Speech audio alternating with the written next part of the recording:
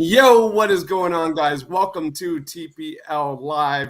Today, we are reacting to the Sixers' W over the Brooklyn Nets. The Sixers beat the Nets tonight 115-104. We're talking top takeaways, we're talking player of the game, and we're talking overall team grade. And to help me do that, I'm bringing in my man, Sean. He is the host of the Pick Swap Pod. He is part of Philly Sports Network. What's going on, Sean? Thanks for joining. Yeah, man, the Sixers just beat the Nets. I don't care if it's preseason or when it is, so I'm happy right now. How about the Sixers heading into this game? Sure enough, Ben Simmons is returning to Philadelphia, and the Sixers throw out a lineup with no point guard in that starting lineup. Absolutely hilarious. Furkan Korkmaz, Danny Green, Isaiah Joe, no problem. The Sixers took care of business from the jump. Let's start off with Joel Embiid, who looked absolutely insane. What was your take on Joel Embiid in that small stretch that we saw, man?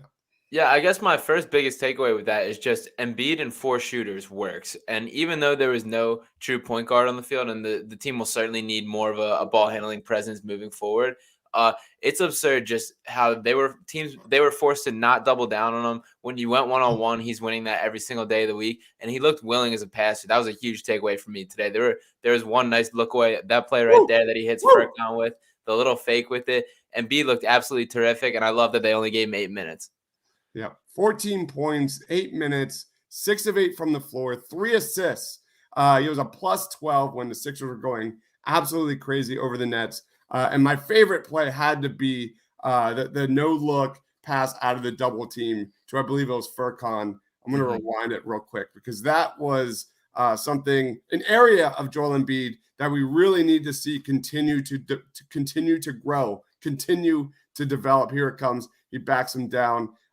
Boom, finds Furk at the top of the key for 3. Absolutely insane. But that was great. You know, the Joel Embiid MVP season starts right now, but this was all about Furkan Korkmaz and Isaiah Joe. They combined for nearly 50 points for today. I think personally the star of the game was Furkan Korkmaz, especially leading this team to out the gates. The Sixers were 0 turnovers and 10 assists in that first quarter, and that was really just led by Furkan Korkmaz just eating Joe Harris alive on the offensive end. What was your take on Furk tonight? Yeah, it's cool that we keep seeing the growth of Furkan, and just he does keep getting better and improving, which is awesome. He looked confident out there calling plays. We haven't seen him in anything like this role with the Sixers. He's done it a little bit with Turkey, but it was cool to see him just being out there. And he shot the lights out too. Every shot that he shoots, I think, is going in, and he was electric out there. I love PG Furk. Yeah, man, he finished 11 of 19 from the field, 4 of 10 from 3. He had 27 points, a team leading 20 plus on the court. He had 4 assists and 1 turnover, but for the majority of that game, 0 turnovers. My favorite memories in this game will be the step backs. He had several step backs in this game that were just absolutely jaw-dropping, whether mid-range, whether it was from 3. Furkan deserves a ton of credit. And then we roll on to Isaiah freaking Joe, who has been lights out this entire preseason. He finished 5 of 7 from 3-point range in this game. He is now in 3 preseason games. Isaiah Joe is hitting 7? Hold on a second.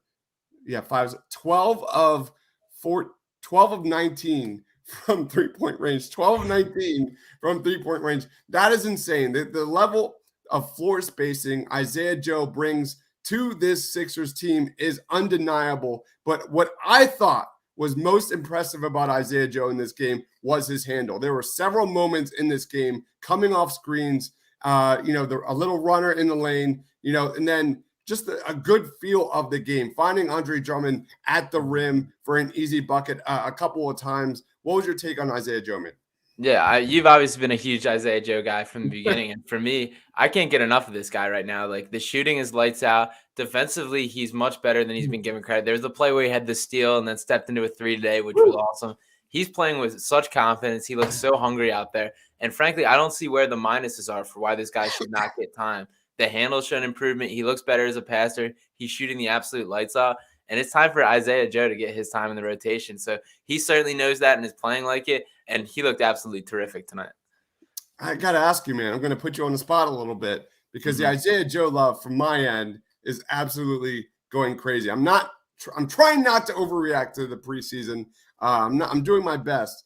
But what is your take on Isaiah Joe minutes this regular season? Where are you, and what, like, just in a average area per game? So I wouldn't say I'm dead set on that this guy is the missing piece in the rotation, but how I do feel is we absolutely need to find out if that is the case. And that at this point he deserves minutes over guys like Frk, which nothing but love for Frk. I would even toss him in over Matisse. And I even think he should compete with like Shake Milton for the secondary minutes. It was cool to see him in a little bit of a more of a ball handling role today. Furkan took the lead in that way more than I expected. But I have turning into a big Isaiah Joe guy too. And frankly, I just want to see. I don't want this guy to be buried on the bench. I want to see what he can do and see how that goes. I just put out a poll on the YouTube channel. It was 12 of 18. Now it's 12 of 19 from through 3 games this preseason. But there it is. Majority so far thinks it's in that 10 to 14 minutes per game range. And I do like that a lot. I think that is a huge development for the depth of this team. The Sixers' area of weakness, one of the areas of weakness on this roster, was bench scoring. I love the way that this guy can absolutely rip it from the perimeter. Like I said, the handle made an impression. But I love that second quarter from Isaiah Joe, where bang, bang, bang, had 8 quick points and assists in less than 2 minutes.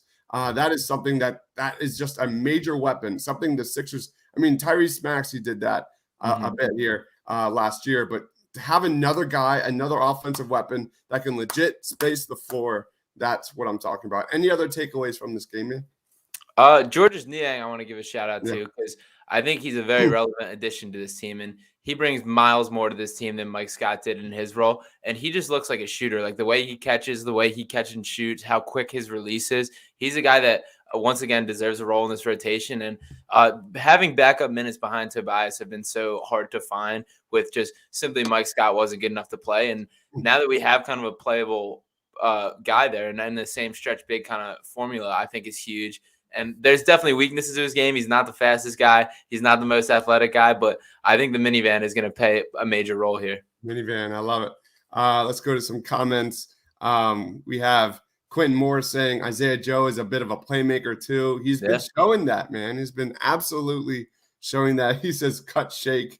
Man, I'm not going to lie. Shake's performance this preseason has made me want Malcolm Brogdon more and more as the days have progressed this week. No Nog, no entry. That's an awesome name. Says Joel Embiid, MVP. Absolutely. There's no question. The floor spacing is absolutely there for Joel to just dominate in the post this season. Let's go on to player of the game. Who is your player of the game, Sean?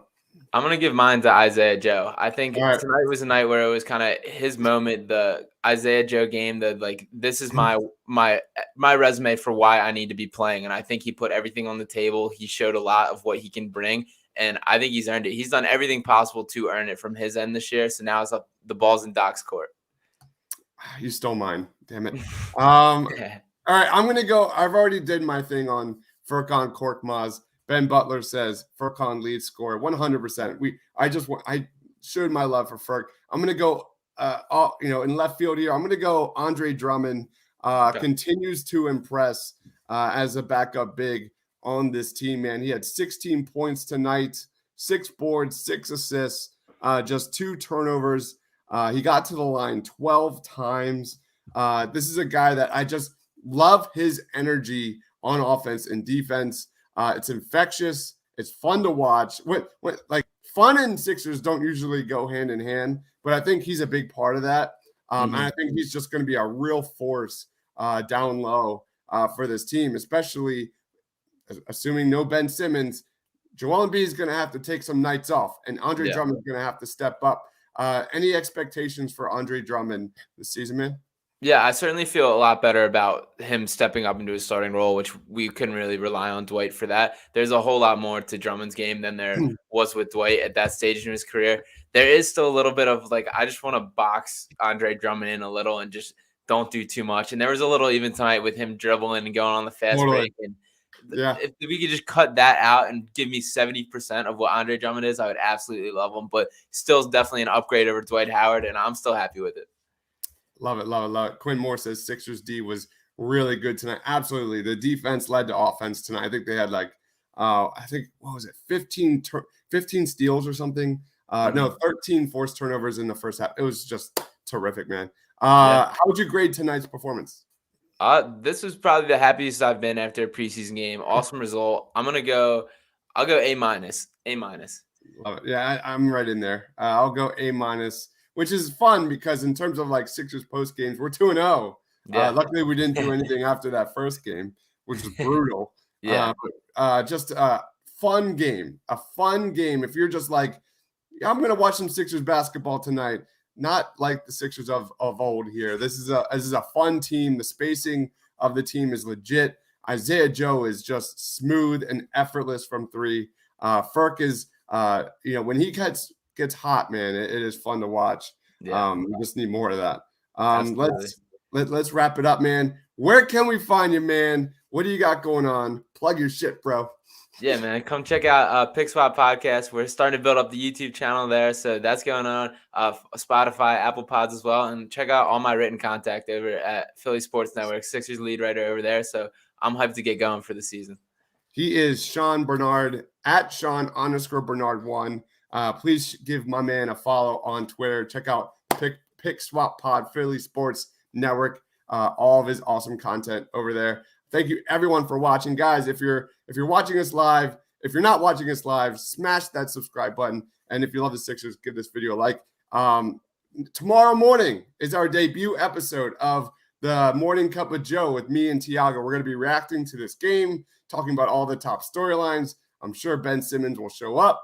I don't know if anybody's talking about Ben Simmons. Who knows? It's such a minor topic these days. Yeah. But guys, that will be at 6 a.m. in the morning. Will be about 30 minutes or so. It's going to be a regular show going down during the week. So just thank you everyone for watching. For Sean, for myself, stay awesome, everybody.